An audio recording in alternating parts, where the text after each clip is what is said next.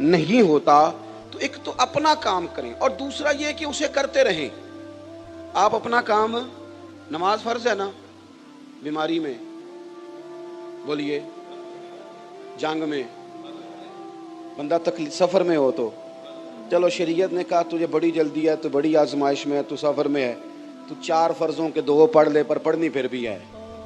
معافی والی بات ہے نا. یا اللہ بیمار ہیں اور شریعت تو بڑی مہربان ہے, فرمایا وہ رحم کرتے ہیں نا, کھڑا نہیں ہو سکتا تو بیٹھ جا, بیٹھ نہیں سکتا تو لیٹ جا, پر پڑھنی. جو کام کرنا ہے وہ کرنا ہے. یہ کیا بات ہوئی مجھے دکھ آ گیا تھا ذرا تو میں اپنے اصل کام سے رہ گیا. اور بھائی آ جاتے ہیں دکھ, زندگی میں آ جایا کرتے ہیں. آپ اپنی زندگی میں مشن بنائیں, پھر اس پر ڈیوٹی کریں.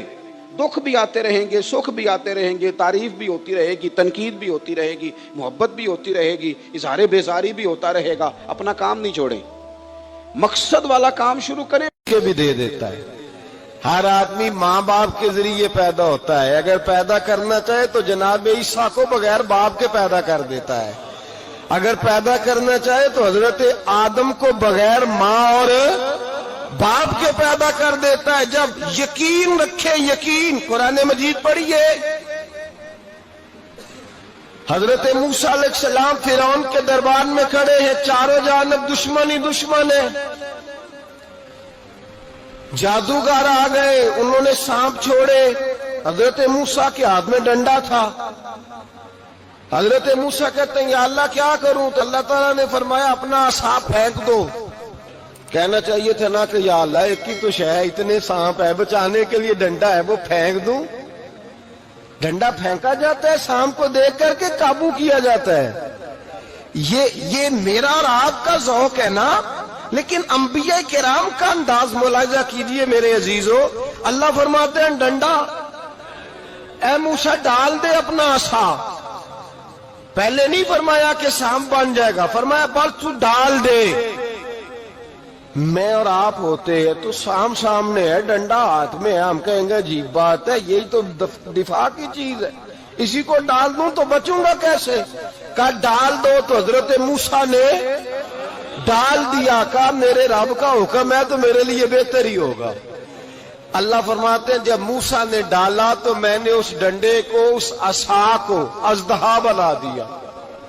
اب کبھی عصا بھی اژدہا بنے, کبھی چھڑی بھی بہت بڑا اژدہا بنی ہے, لیکن قرآن کہتا ہے جناب موسیٰ نے ڈالا تو اللہ نے اژدہا. بلکہ اس سے پیچھے چلیے, عورتیں کمزور یقین کی ہوتی ہیں نا. جناب موسیٰ پیدا ہوئے تو اللہ فرماتے ہیں میں نے موسیٰ کی ماں کے دل میں بات ڈالی, ماں کے دل میں, صندوق میں ڈال کے تو اس کو دریا میں بہا دے. اور بھائی صندوق میں کہہ سکتے ہیں نا آکسیجن کیسے جائے گی, اور دریا میں بچے بچنے کے لیے ڈالے جاتے ہیں کہ ڈوبنے کے لیے ڈالے جاتے ہیں.